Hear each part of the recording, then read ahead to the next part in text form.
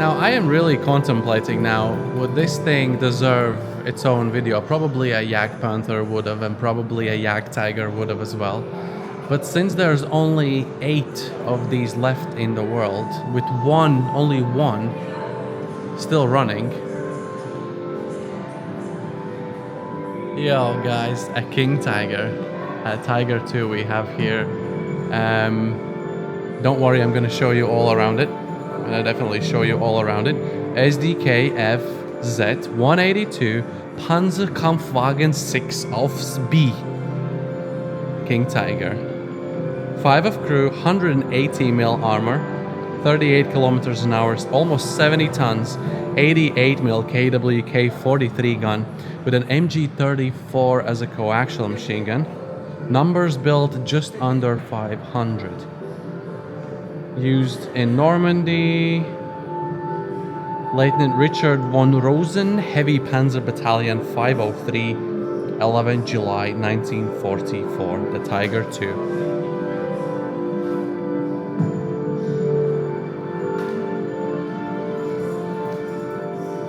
I am stepping way back for you to be able to see the barrel in here. The color scheme is insane. I'm gonna try and get close to that. Oh, can I stare down the barrel with my sticky stick? There's a little sloping green hill. It's about... Oh, I can't see the screen, but I think it looks pretty good. The top of that hill. Right. The color scheme, very Ardennes, very Normandy-like, with the again with the typical Zimmer and paste. This is actually a very thick layer. Don't really want to touch it too much because I don't think we should. The Hull MG. Some of you might actually recognize this guy here. Not entirely sure. It probably means the whatever squad it was. Side armor. You can see the hull armor on the side. This is pretty freaking thick, and I don't even know how to explain you the thickness, the wideness of the tracks is insane. You can see this one here is missing few of the side skirts. Massive wheels, like insanely massive wheels. This is the 104 Tiger II, as it turns out, and it's actually spec'd out very nicely. It's not missing too much. Some of the side skirts are missing, of course, but in terms of like add-on tracks, there's missing a little bit there. I have some tools here, which is nice. Some tracks here up nicely. I think a little bit missing there. The 104. Gonna go around to the backside here. This is nice and moody, dude. I wish you were here, guys. Okay, the light's shining in here. I'm gonna show you the area is sitting in. Your typical German soldier here, just chilling. What is he doing, by the way? Is he about to have a snack? Yo, that's not much, dude. That is definitely not much. We're gonna walk. Can I look on the engine deck? I don't think so.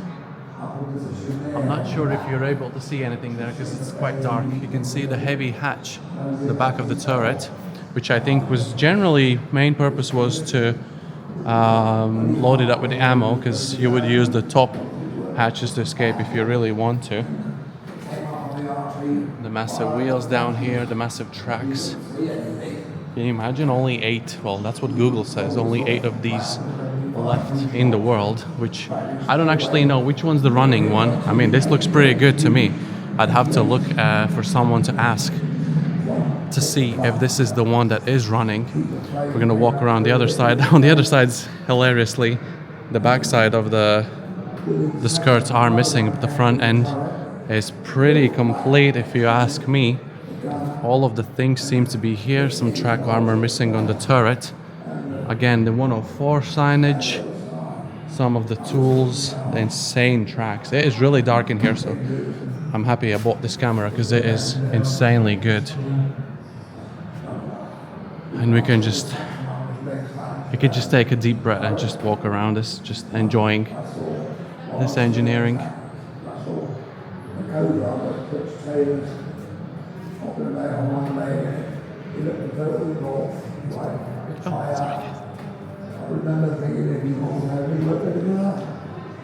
Anyway, I tried to get out, couldn't get out because whose arm was useless. And with a terrific effort with his shoulder, I'm actually edging myself over the top. Can you tell I'm smiling? And onto the ground. What is this world, dude? Okay, so still with the King Tiger in the background, we're gonna move on. As exciting that was, we're gonna move on to Churchill AVRE. There's a lot of vehicles here. I do admit I am under a bit of a time constraint, honestly. Only 750 made, 6 of crew. So I'm trying to film as much as I can, but at the same time I'm kind of running and kind of rushing. So we'll see. You can see the, I don't know, the squad sign, whatever that would translate to. Quite a narrow tracks for this one. I think the other Churchill definitely I've seen had a little bit wider tracks, but I think the highlight generally of this thing is this launcher, this massive launcher thing on its turret. I've got an MG here, quite a lot of armor on the front this guy has, and it is definitely looking lovely. If there is one thing that I can't walk past just for the memes, it's this thing, the universal carrier. Oh my god, this small dinky thing. It's insane, dude. This one's missing its gun. I think the one we've seen in earlier museums actually had its gun sticking out. But this one here is absolutely a toy. While we are here, I have a bridge building thing behind me, which is the Valentine Bridge Layer Mark III, which is pretty cool, I guess. And then the next to the other side of the universal carrier is the Hago. I have no idea how British have managed to get a Hago in their museum, but well, here it is, I guess. Quickly, what? Tetrarch, there we go. It is here in all its glory. 177 built, that's not many. 7.6 tons, 3 of crew, and it has 3-inch howitzer. Very cool. Now it feels like we made it into African South, like Tunisian color schemes. We have Crusader Mark III in a super cool camo. This camo looks absolutely amazing on this thing. Very narrow tracks, light vehicle. What do we have information wise here? 5,300 build, 3 of crew, 20 tons, 6-pounder gun, which again doesn't really say much to me. Is it like 76 or something? I'm not entirely sure. But this color scheme is absolutely lovely. Next one here, the big behemoth. We've seen this in another museum as well. M3 Grant, Grant Mark I actually, it says here. Again, in a really, really cool, fancy camo scheme. Oh, does that hatch open? Oh, that's the side breach you can see. Can I poke my camera through here? I can kinda. Okay, that's pretty cool. Wow, the thing next to me, this looks like a Panzer III. Completely stripped out. Like, this is where the track should be in the side armor, as you can see. That's the back end.